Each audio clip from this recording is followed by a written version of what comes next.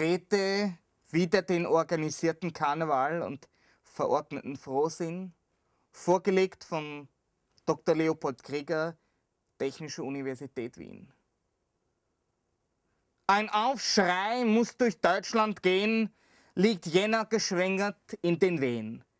Denn was er monats drauf gebiert, lässt mich zurück, stets echauffiert. Denn ist es doch ein Feind der Kunst, der sich erhebt aus Februars Dunst. Der Karneval, das ist mein Schwur, zerstört teutonische Kultur. So ist ein Fastnachtspräsident der Intimfeind vom Okzident.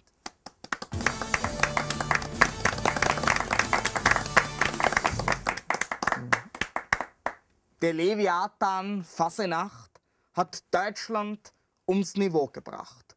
Blutrünstig am Hals der Kunst gesaugt, ist diese ihres Stils beraubt. Den Reim, das Liedgut hat er unverhohlen, dem zarten Rehkitz Kunst gestohlen. Wenn Karneval das Land regiert, dann wird Kultur zu oft blockiert.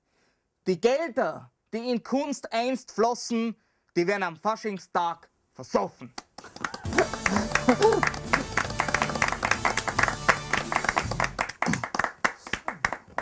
Der Mensch, der Kunst und Rotwein zelebriert, ist Rosenmontags oft blamiert. Der Bremer Künstler Jakob Diehl hielt vom Faschingsfest nie viel. Für einen Umzug in der Stadt, die von der Düssel ihren Namen hat, schuf eben dieser Künstler Diehl ein Werk in ganz besonderem Stil.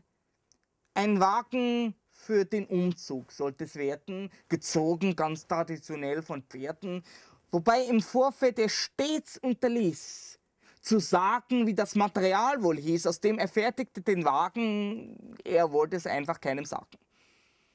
Das Thema seines Werks hieß Krieg, wobei er konsequent den Sieg auf diesem Wagen ignorierte und somit Wahrheit proklamierte, denn die größte Illusion des Kriegs ist das Versprechen eines Siegs.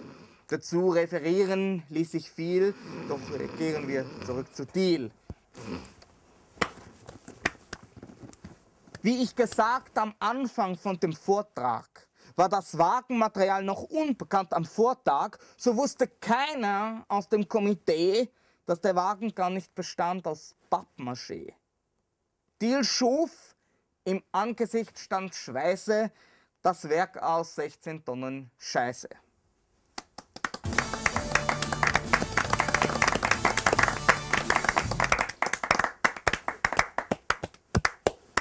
Den Anblick, den dieser Umzug damals bot, hat die Kritik stets hoch gelobt.